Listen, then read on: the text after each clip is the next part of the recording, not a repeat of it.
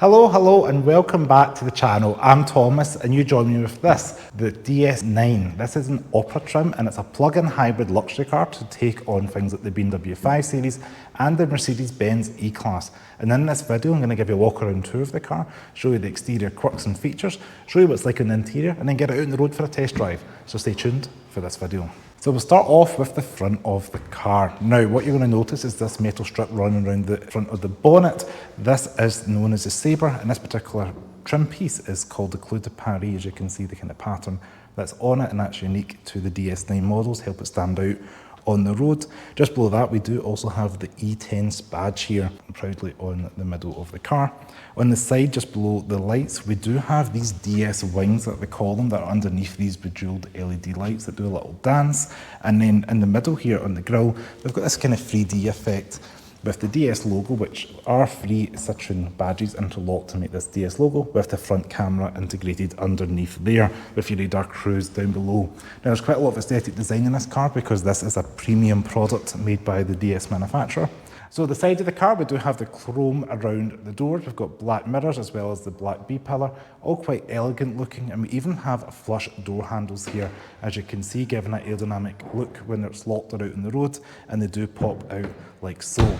Now, what I want to check out is the rear of the car, because the rear of the car is quite unique in terms of how it's designed, and it's got to take some inspiration from previous DS models. Now, on the back of the car, the first thing you're going to notice is these bejeweled crisscross tail lights. I think they're really elegant and fancy looking. We've got a lot of chrome in the rear of the car, got real exhaust tips as well down below. But what I want to show you most are the cornets on the C-pillar that take inspiration from the 1950s original DS models up here. These illuminate while you're out driving. They're not indicators, they're always lit when you're driving, and that's a really cool, unique design touch to the DS9 model. Now, as we work our way around the middle of the car, not to get confused with a Star Trek franchise, this car does proudly wear the DS9 logo with DS here and signifying E10s because it is a plug-in hybrid model. We do have the rear camera down below, and if I open the boot, pops up, and depending on what trim level you get, this one being the Opera, we have about 470 litres of boot space. However, you can get over 520 on the regular lesser models. That's because this car is fitted with fancy seats and that in the back that eat up some of the boot space. We do have a little bit of storage underneath the floorboard here, and it is all lined with this soft touch carpet, which is nice to see, and the hinges are all covered as well, so you don't get your suitcases damaged when they're closing. Cargo nets on either side, some tie-down hooks. It does go fairly deep, and we can pull these tabs here. Oh, I thought they pulled the seats down. They're just for bags. I'll just say that then. 3, 2, 1. And we've got these little tabs here you can pull to hang like your bags, your luggage, whatever it may be, but definitely enough space back there. It goes quite far back to roll some suitcases in there for a trip. Now let's check out the rear seats. So you join me in the back of the DS9 where it is utter comfort back here in the Opera model. We do have these headrests here that I've got carved little butterfly style headrests, are all nicely soft and padded, and everything in this car is really luxurious and soft touch. We've got leather on all the surfaces, and then even the top of the headliner is all covered in Alcantara material. Even the grab handles themselves are lined with leather as well, which is not often you see in a car, never mind a luxury car like this. We do have little lights up here you can touch, but overall back here it's quite pleasant to see. We do have massage seats, which I've got 3 massage buttons on the side here. You can control the heated and ventilated seats from the little screen in front of me, and we've got storage for cup holders as well as a little bit of storage underneath the armrest, and you're going to notice the pearl stitching on the middle console here. The rear passengers can see DS on the rear of each of the headrests. So you join me up front in the cabin of the DS9, and I'll tell you what, if it wasn't fancy back there, it's definitely opulent and fancy up here. Everything's got like a diamond theme to it. All the switch gear, all the buttons, the design elements on the screens have all got this interwoven like rhombus and diamond shape, even things like your rotary knob there for your volume control. This infotainment screen here is something you would see with other Stellantis products. You can hit this little car button here, brings up your vehicle settings, so you can turn off things like the traffic sign recognition, for example. If you wanted to turn all that off, you can do. Same with comfort headlights, etc. It does have Apple CarPlay and Android Auto as well in this vehicle, as well as things like your maps. So that's all good stuff. It is all fashion responsive, same as your seats. Heated and cooled seats on all 4 seats, which is really cool.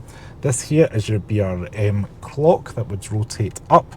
Then down below here, underneath these touch capacitive buttons, we've got your drive modes here, so you can pop that into between hybrid, comfort and electric mode. Electric window switches in the middle of the car, which is a unique design touch. Door lock, electric parking brake button, and under here we do have wireless charging with 12-volt power outlet and 2 USB-A chargers.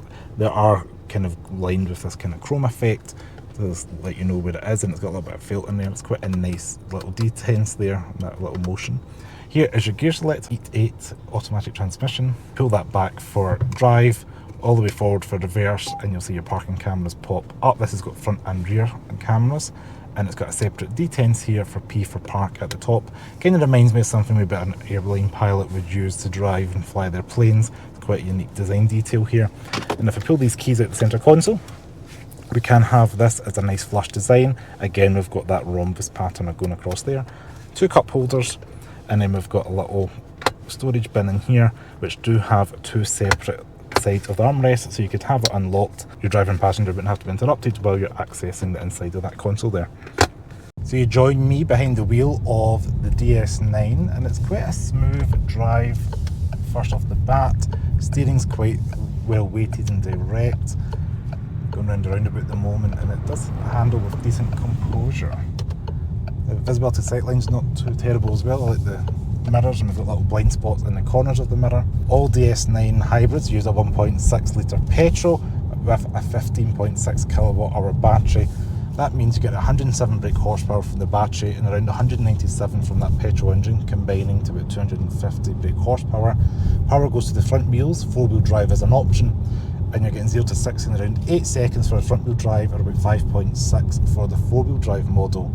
And the plug-in hybrid's claiming about 28 grams per kilometre of CO2, and I'm seeing around 46.8 miles to a gallon. And all DS9s have a 60,000 mile 3-year warranty. So being the plug-in hybrid, if you have a full charge of that battery, it's good for about 42 miles of EV driving range.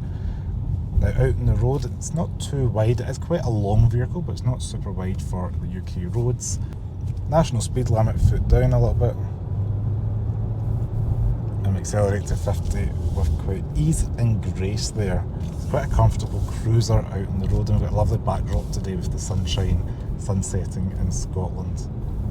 It's actually a rather smooth road to be testing on. I feel freshly tarmacked. And the body control's not too bad as well, actually, for such a large vehicle.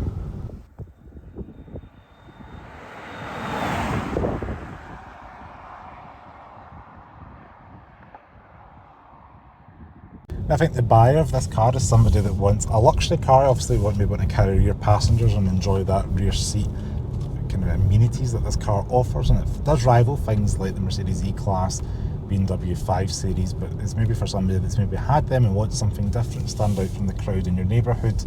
And I think the UK, they've only sold about 110 or so of the DS9 models in the UK so far over its production cycle, and it is being cancelled going into 2026, so there will be a rare sight on the UK roads. So if you do want something, you want to stand out, maybe have something that's a little bit more unique, then this could be the car for you. So I just want to say thanks very much for watching this video on the new DS9. If you like this video, please give me a thumbs up, subscribe to the channel below. Special thanks to the guys at Arnold in Armadale for loaning me this car for today's video, and I will see you next video. Make sure to subscribe if you want more car content. Ciao!